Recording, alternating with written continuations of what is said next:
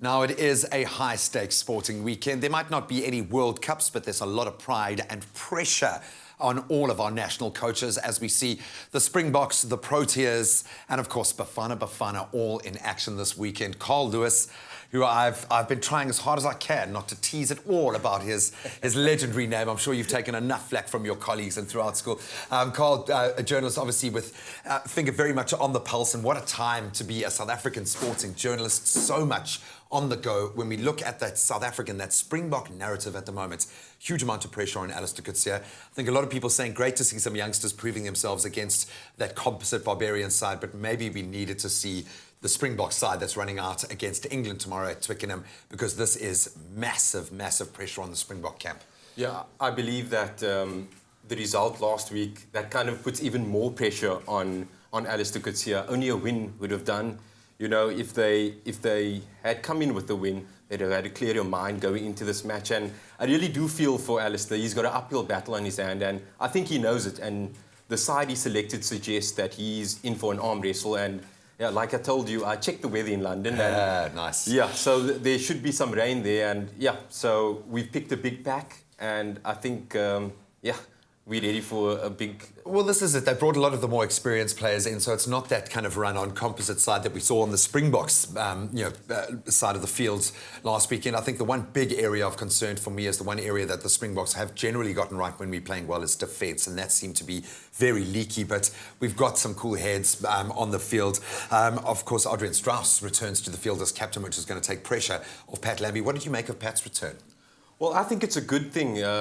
Also, Pat Lambie has a very good history in Europe. I remember when he made his debut for South Africa, he kicked us to victory in Scotland, and he's also had success at Twickenham. So in terms of the game we want to play, territorial, kicking-based, especially with the weather, I think Pat Lambie is definitely the right guy. He's got the right mind for it, yeah. Yes, he's a very calm individual, and I think that's exactly what the Boks need.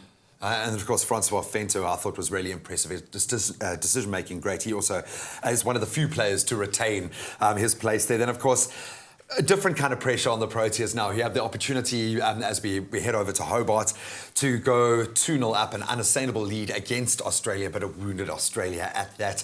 But at the moment, you have to say the Proteas ticking every single box. Yeah, I mean, a complete opposite to the Boks, you know. I think going into Hobart, the second test, I think it's important that the Proteas, they don't get too overconfident, because, you know, a good Aussie never lies down. So yeah. I definitely think they'll be back.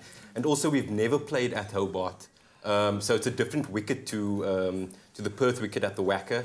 So I think if we can win the first session or first two sessions on day one, that will hold us in good stead, and we have that mental edge over the Aussies right now. So winning the first two sessions of day one would be key.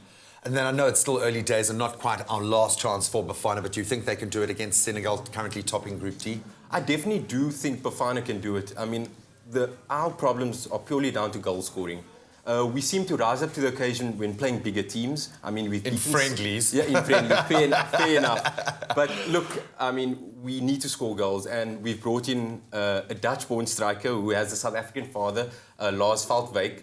So, I mean, maybe he's our answer, I'm not sure. He's 3 centimetres shy of 2 metres, so he's definitely a different profile of striker that we've seen before. Very much so, yeah. So, I mean, let's be optimistic, but we definitely need to win this game if we have any hopes of going to Russia 2018. 100%, but I think on all fronts it seems like we're manning up, we're fronting up, we're beefing up. It's going to be a hard-fought weekend. Mr. Carl Lewis, I'm going to say your name as often as I can today. Awesome to connect with you. Thank you so much for opening a window into what promises to be a very busy sporting weekend for the viewer as much as anyone else. So thank you so much, dude. And enjoy. Such a pleasure. Thank you. And of course, all the best of luck to all of our national sporting teams flying those flags this weekend.